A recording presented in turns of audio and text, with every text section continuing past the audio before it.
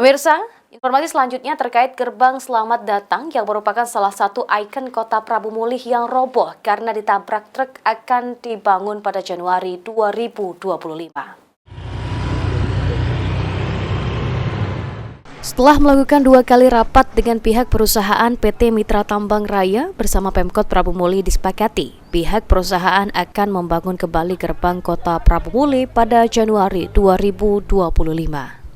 Untuk hasil dari kesepakatan rapat telah disampaikan pihak perusahaan ke bagian pusatnya dan akan dilakukan pengerjaan sesegera mungkin di awal tahun 2025 ini.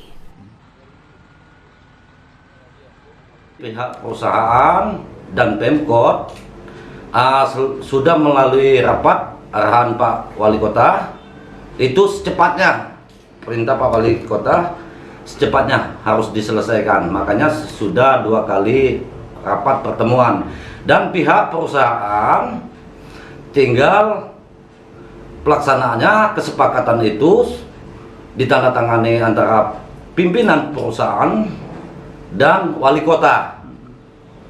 Kebetulan pihak perusahaan juga mengajukan ke pusat. Sudah dari pusat sudah berkomitmen awal tahun itu akan diadakan pembangunan. Jadi pihak perusahaan bertanggung jawab dan akan melakukan pembangunan di awal tahun ini, gitu Pak? Betul, pihak perusahaan akan bertanggung jawab, akan membangun awal tahun. Jadi pihak pemerintah tidak menerima uang sepeser pun. Jadi pembangunan itu murni dari perusahaan untuk membangun kembali.